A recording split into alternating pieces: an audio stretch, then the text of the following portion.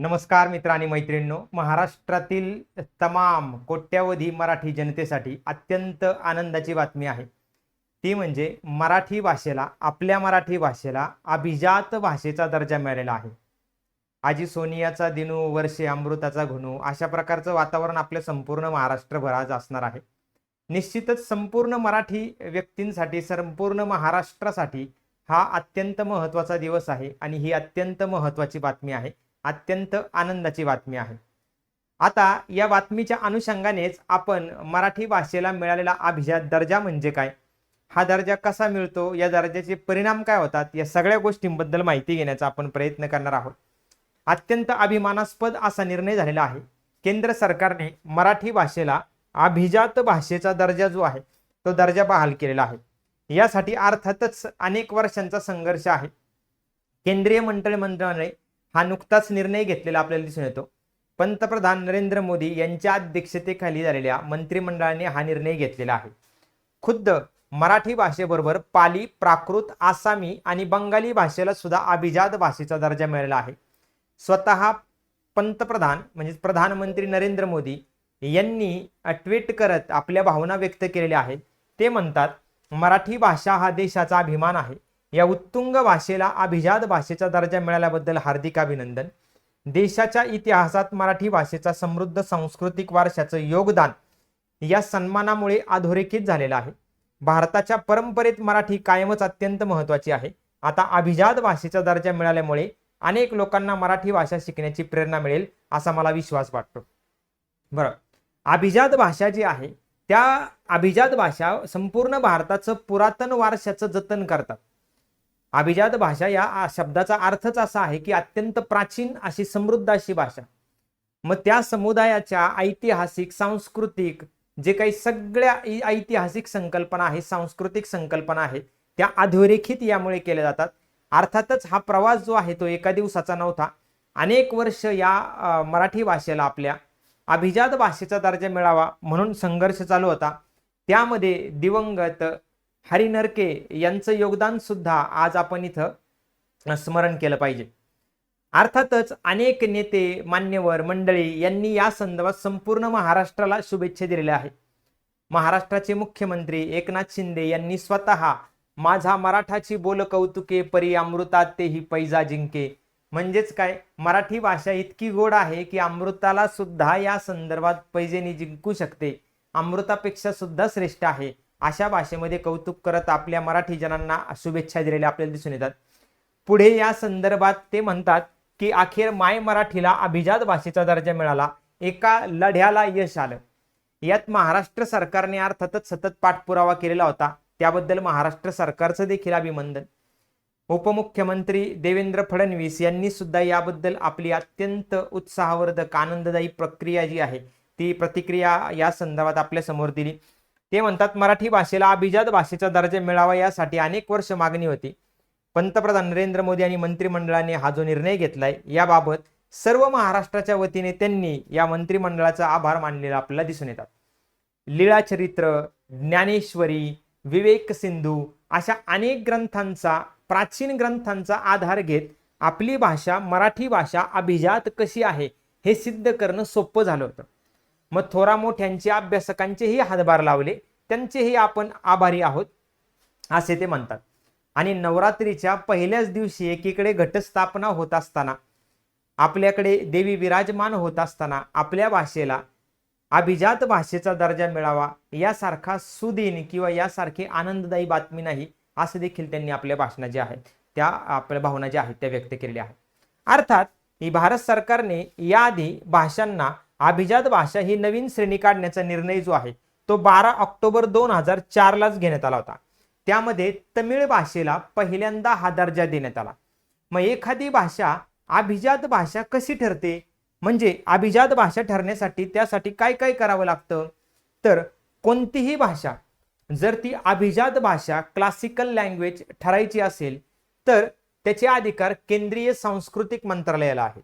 मग 2005 साली गृह मंत्रालयाने हे अधिकार जे आहेत ते सांस्कृतिक मंत्रालयाला दिले. त्याचे निकष काय आहेत, तर सर्वसाधारणपणे एखादी भाषा अभिजात भाषा ठरण्यासाठी त्या भाषेचा भाषिक इतिहास सर्वसाधारणपणे 1500 ते 2500 वर्ष जुना असायला पाहिजे. म्हणजे एवढं जुनं साहित्य त्या भाषेमध्ये असलं पाहिजे. दुसरं, प्राचीन साहित्य हवं जे त्या भाषिकांना मौल्यवान वारसा वाटतं. म्हणजे नुसतंच साहित्य नाही तर मौल्यवान साहित्य असणं आवश्यक आहे. त्या भाषेचे वैशिष्ट्य म्हणजे दुसऱ्या भाषा समूहाकडून उसनीनं घेतलेली साहित्यिक परंपरा पाहिजे जी अस्सल त्या भाषेतली आहे. मराठीमध्ये अस्सल आपली भाषिक परंपरा आहे जी आपण कोणाकडून उसनी घेतलेली नाहीये. अभिजात भाषा जी आहे ती आजच्या भाषेपेक्षा निराळी पाहिजे, म्हणजे वेगळी पाहिजे. पुढे भारतात आजच्या घडीला 6 भाषांना अभिजात दर्जा मिळाला होता. तमिळ 2004 सर्वप्रथम, संस्कृत 2005, कन्नड 2008, तेलुगू 2008, मल्याळम 2013 आणि ओडिया 2014. मराठी भाषेला अभिजात भाषेचा दर्जा मिळावा यासाठी अनेक वेळा अनेक वर्ष संघर्ष चालू होता.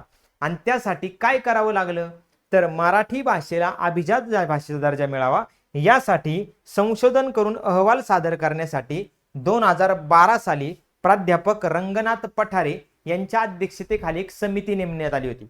2013 साली या समितीने आपला अहवाल सिद्ध केला, प्रसिद्ध केला. त्यामध्ये ती समिती म्हणते महारठ्ठी, महरठ्ठी, मराठी आणि मराठी असा मराठीचा उच्चार बदलत गेलेला आहे. महाराष्ट्री भाषा जी आहे ती हा महाराष्ट्र प्रदेश अस्तित्वात असल्याच्या पूर्वीपासून प्रचलित होती आणि मराठीचं वय किमान 2500 वर्ष जुनं आहे. आणि या आधारावरती आपल्याला हा अभिजात भाषेचा दर्जा मिळाला पाहिजे.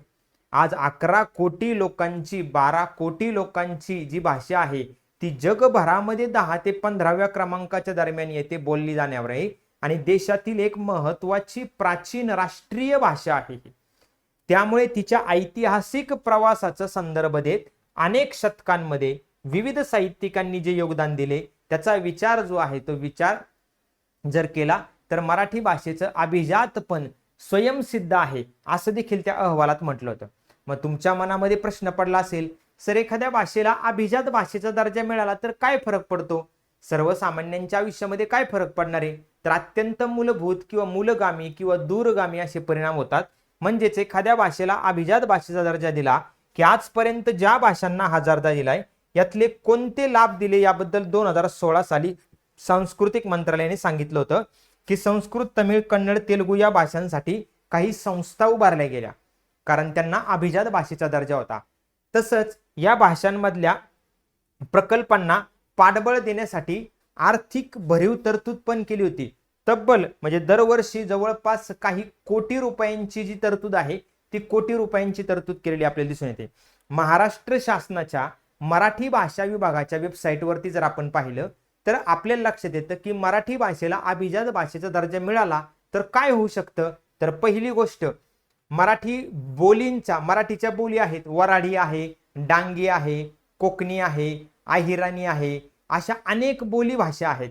त्या बोली भाषेंचा अभ्यास, संशोधन, साहित्य संग्रह होईल. भारतातील सर्व 450 विद्यापीठांमध्ये मराठी शिकवण्याची सोय होईल. प्राचीन ग्रंथ आता अनुवादित होतील इतर भाषांमध्ये, म्हणजे मराठी साहित्य आता इतर भाषिकांना सुद्धा वाचता येईल. महाराष्ट्रातील सर्व 12,000 ग्रंथालयांना सशक्त करता येईल, त्यासाठी अनुदान मिळेल.